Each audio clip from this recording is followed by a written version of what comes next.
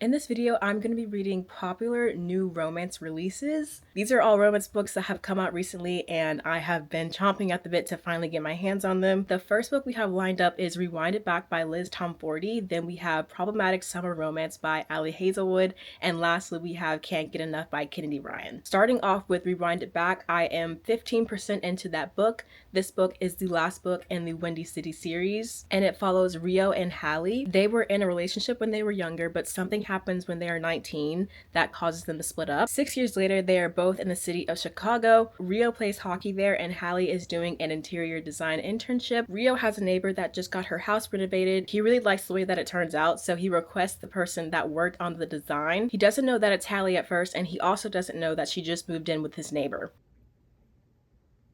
I'm 34% into Rewind It Back, and I have some thoughts. I'm at the point where Rio and Hallie have decided that they're going to be friends. I think the reason that they are no longer together has to do with their parents. I think that Rio's dad cheated on his mom, either with Hallie's mom or just some other character. And I think Hallie knew about it somehow, like she walked in on something she shouldn't have seen, or she read some text messages, something like that. She figures out what his dad has been doing behind everyone's back. The reason I think this is because in the flashback chapters, Rio keeps bringing up how perfect his parents' relationship is, and he'll go, people wish their parents had the kind of relationship that my parents have.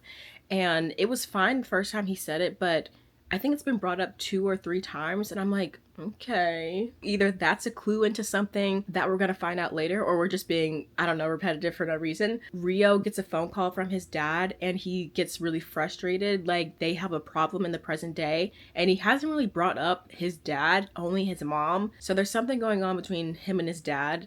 We don't know why. And Hallie also has not mentioned her mom. That's why I'm like, did they cheat? And that's why the whole thing blew up in their face? If not, well, then I guess I look silly. I'm not doing spoilers, so you're gonna have to figure that out by yourself. I did start Problematic Summer Romance. I am on chapter 6, which is maybe 13%, I think it said. At the start of this book, we know that Maya has been kind of dreading going to her brother's wedding in Italy just because she knows that Connor is going to be there. I didn't know that they were going to have some kind of history. They knew each other years prior, and she's in love with this man, but he is hesitant to be with her because of the age gap, so it never went anywhere past friendship. I think that's what I'm grasping so far. But they're going to be stuck together on a romantic getaway in Italy, so obviously they're going to fall in love with each other. I know that's not who I think it is. Little reading update. I have completely put down Rewind It Back in favor of the Allie Hazelwood book. So I'm 40-ish% into that book. Allie Hazelwood books are just so easy and bingeable. So I've been making my way through that book a lot faster. I am enjoying it. The main issue I'm having right now is that they keep bringing up the fact that their age gap is a huge problem. The first 20%, I was with you, like, oh, this is the reason why these people aren't together, yada, yada, yada. Now, almost halfway through the book, we get it. We get it. He's old. We get it. Oh my gosh. Like, they have a 15-year age gap, which is a lot. Yes, we can all say that, and we can all hold hands and agree that that is a big age gap. But, like, it'd be one thing if her parents were still alive. One, I forgot. I'm sorry, I'm not laughing because that's actually really sad. I forgot that both of her parents passed away from the book Not in Love, but it'd be one thing if her parents were going to be really against this pairing, but they're no longer with us. And it's not like Connor has family members that would really care either.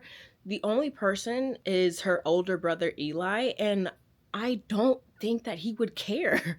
So I'm like, what is the issue here? Although in the flashbacks, I will give it to him, like 20, whoa, that's a bit much. That's a bit much. But she's 23 now. I don't know. I don't care.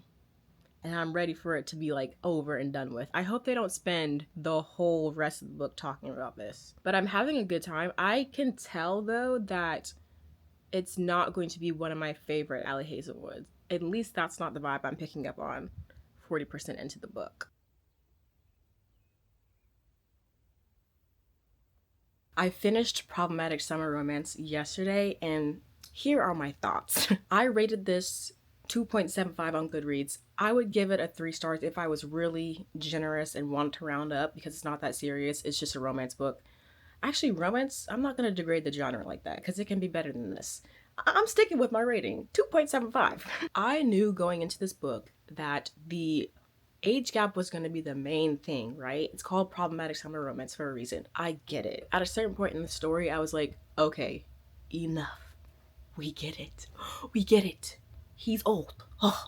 And I feel like I said it in a previous clip, but there was no one objecting to this relationship between these two people. I would understand it more if there were multiple characters that were opposed to this relationship, but no one is. So I'm like, oh, what is the issue? What is the issue here? There is no issue. Why are we like going back and forth? I could excuse the age gap back and forth if Allie made this male character interesting. Connor is literally cardboard. He is cardboard. We don't know like anything about that man. His defining characteristic is, I'm old. I'm too old for you, girl. I want you, but I'm too old. And that's it. The other thing I didn't really like or understand about the story is Connor has multiple exes at this wedding. We know about the one because they are in a company together from the last book, but there's another ex, Avery, tiny bit of the other woman drama. I know they're not together and it's like not that big of a deal, but I feel like her being here added nothing to the story. It was similar to Deep End where there's this ex that's kind of only there to add a little drama in between the story, but it doesn't actually go anywhere, so I felt like it was unnecessary. Speaking of Deep End, there was a Scarlett and Lucas little cameo, which I did enjoy. I thought that was fun, but the whole X storyline felt unnecessary to me. Also, one thing that I did know is that Connor, when... Oh wait, is this a spoiler? It's not. I mean, skip ahead 30 seconds if you don't want to hear anything about the story. When Maya is confessing her love for him the first time, Connor replies by saying, "It'll pass." Okay. You want to be the hot priest so bad. You want to be the hot priest so bad. Those are my thoughts for this book. I need to pick up Rewind It Back again, and I will be starting Can't Get Enough as well. I'm officially done with Rewind It Back, and I'm gonna give this book 3 stars. I don't think this book was bad. I think it sits where Mile High and Caught Up sit for me. Play Along and The Right Move are the standouts in this series for me. I don't know where I would rank it between Mile High and Caught Up, but I'm pretty sure I gave both of those 3 stars, giving this one 3 stars, so they're over here, and then those are my standouts. My main issue with this book is that the conflict, the reason why these two people didn't talk to each other for so long was, to me, predictable, and it was also dragged out for way too long. I think that Hallie told the full story of why they no longer spoke to each other and broke up all those years ago, like 90% of the way through the book, and I just think for what it was, we didn't need to be dragging it out for the whole entire book, but I do think it's still a solid end to the series, and I think that the author, Liz Tomforde, did a really good job, so I'm satisfied with the whole series. Maverick throws an all-white party every year with his girlfriend, but they are exes currently. They have broken up weeks prior. They are faking their relationship and putting on a united front, but after this party, they will make their breakup public. He meets Hendrix at this party. They have an instant connection. He ends up wanting to invest in her foundation, so that's how they are keeping in touch. The kicker is that Maverick's ex is working with Hendrix. Hendrix has a client that's working with his ex, so they have to touch base and communicate with each other. They didn't know each other prior, so it's not like Hendrix is going behind her back to do anything like shady, but it's still like, ooh, it's a bit icky. It's a bit of a messy situation. This book is taking me a longer time to get through because the swing back and forth between this romance developing and then, oh, I didn't say before, but a subplot of this book is that Hendrix's mother is dealing with Alzheimer's. She's having to deal with her mom turning into a person she doesn't really recognize because her mental state is not what it used to be. And it is really depressing to read about. Like, obviously reading about Alzheimer's is not going to be fun, but in my romance book, I'm having a hard time getting excited to jump back into the story because it's really depressing. And Kendi Ryan often writes real struggles in her books, which I can really appreciate because in the romance genre, quite frankly, a lot of the books lack substance, so I do appreciate it, but it is a lot to read about, and Hendrix is essentially just like suffering at this point. Maverick has been helping her through it a little bit because his grandfather also had Alzheimer's, so he has seen this before and he is giving her resources and being a shoulder for her to cry on. Because of that plot line, I'm not loving the story so far, but I do still commend Kendi Ryan for putting hard things in her book because it makes it feel more like real life. My update on Can't Get Enough, I am DNFing at 60% for now. Reading it on my Kindle is not letting me enjoy it as much as I wish, so I'm gonna wait for the audiobook to hit my Libby account. For now, I'm soft DNFing this book and putting it on hold until I can get that audiobook. My thoughts on it so far, 60% into the book.